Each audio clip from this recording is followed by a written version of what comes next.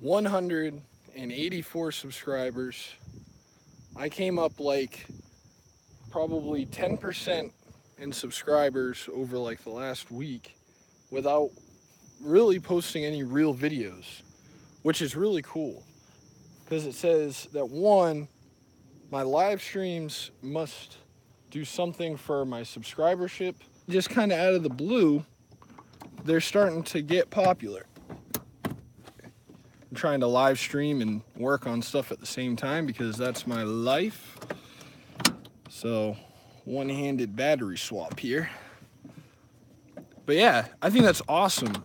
You know, I had heard that there were some changes to the YouTube algorithm. I wasn't sure exactly what they were or if or how they would help me, but it looks like they're working for me. So that's awesome. Um, I've been so super busy this last going on almost 2 weeks. I've been really busy. Hey, thanks for the like, whoever that was. Um, I've been just so super busy, just working and doing stuff and all that. I think my mom is pulling up on her motorcycle because she's a cool biker mom. Hey, what's up, Garageless? Yep, there she goes. But yeah, anyway, just been doing stuff, working, getting a lot of work here, and like I said, it's been really busy. I'm working on getting a new place, a new piece of property to live at, and a space to conduct business.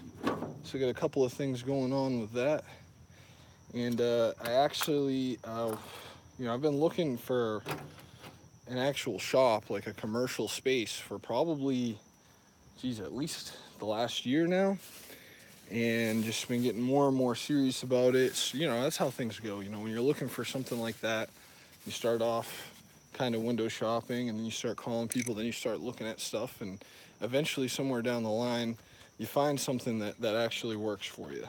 And you can't get discouraged. Like I said, I mean, if you're in that kind of situation where you're trying to become a legitimate business, and you know kind of like how I've been, I mean, I'm a legitimate business, but I'm not big. I don't even have a shop to work out of. I do a lot of sub work for dealerships and that kind of thing.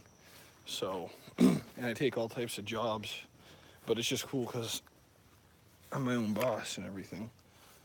If you're in that similar situation as I am, you probably are like me and you haven't had a real space of your own.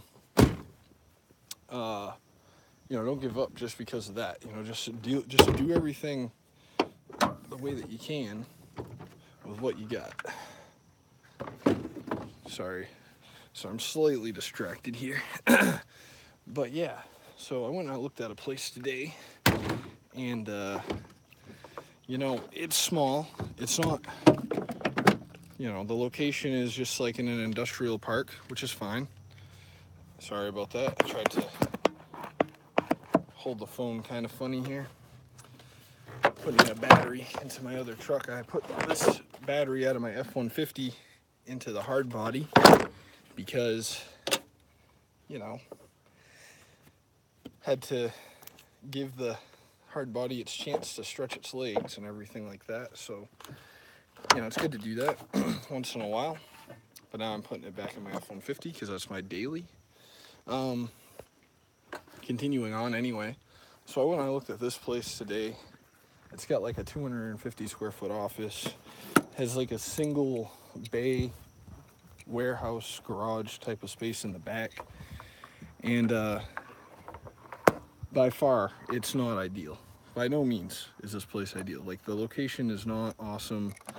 I'm not going to be able to really work on customer stuff out of there, but it's good to have a place to put everything, keep it safe, keep it stored, have a little office to work in.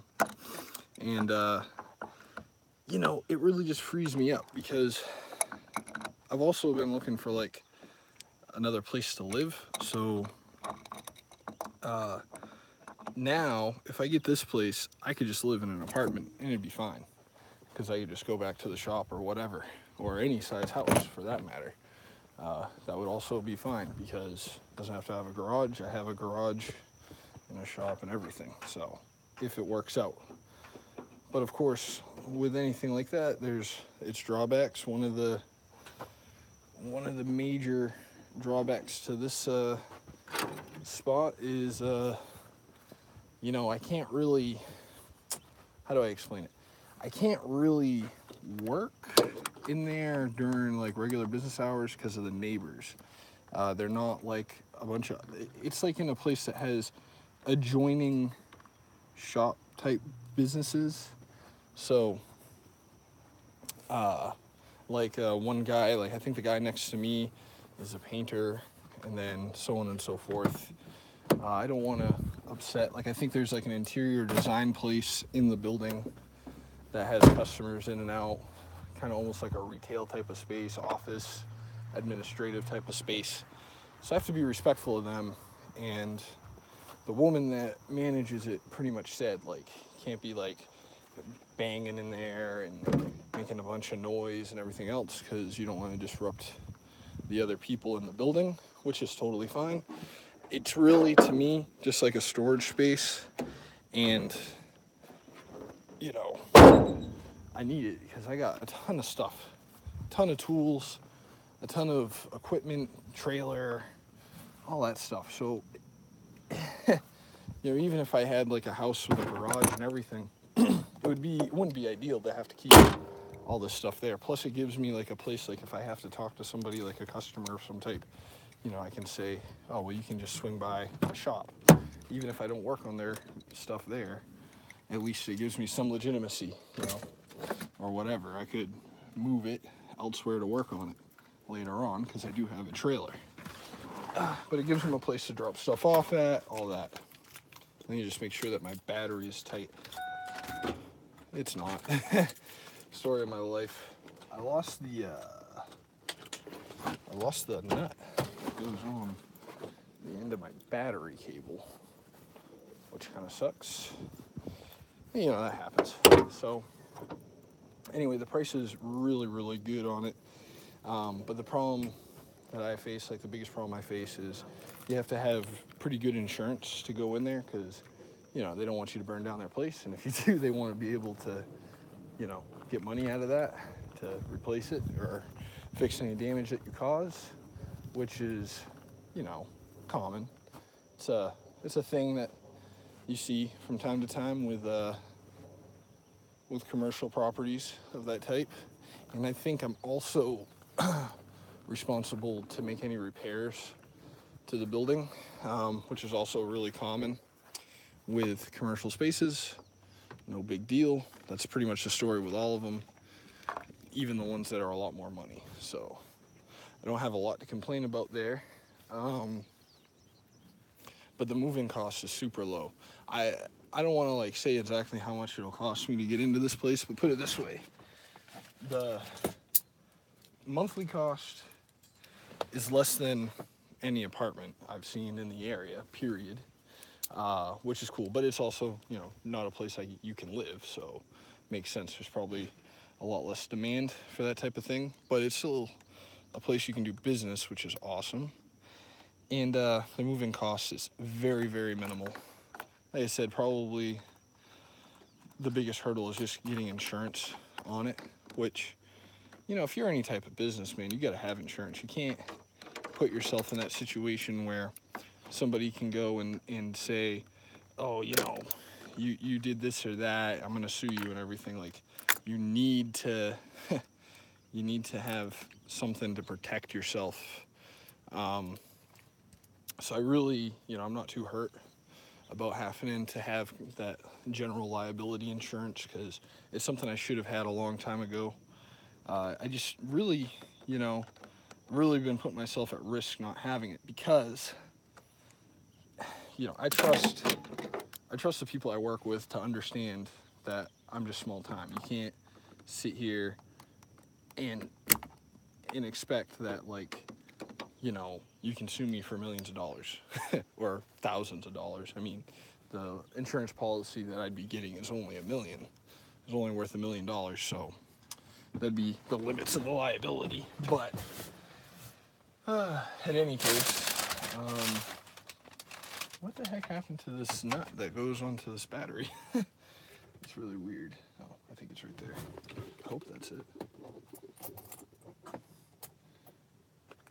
But yeah, so, you know, if somebody does decide that they want to sue me or whatever, or, you know, if I have my stuff stored in that building and it burns to the ground, I'll have some coverage on my end. I guess that's not the nut that I'm looking for. Oh, there it is. What the heck, why did I put it up there? I'll tell you what, this little nut that goes on my battery terminal was giving me some grief trying to find it here. But I got it now.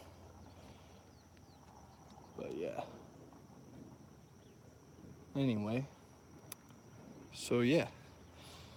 So I'm really happy to see that I've gotten a lot more subscribers and the channel's growing and everything like that.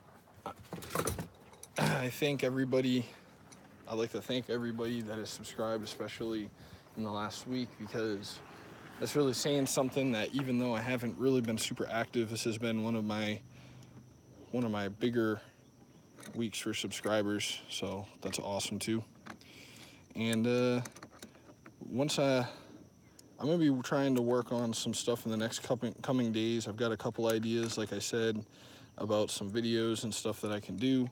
I said as much in a previous stream that I did, if you guys follow those, because I know that I do get quite a few views after the stream is over. I'd like to get to a point where people commonly are watching while it's still live.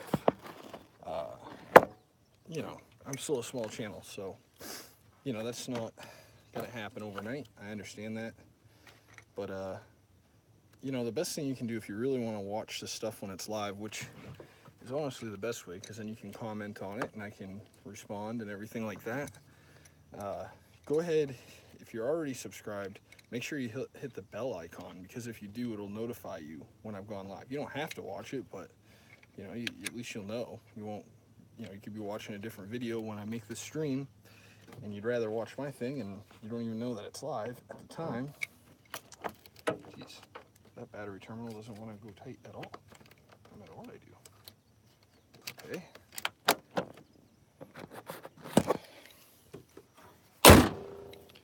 But yeah, anyway, if you aren't already subscribed, feel free to hit the subscribe button. And if you like this video, give it a thumbs up. And I'll see you in the next one.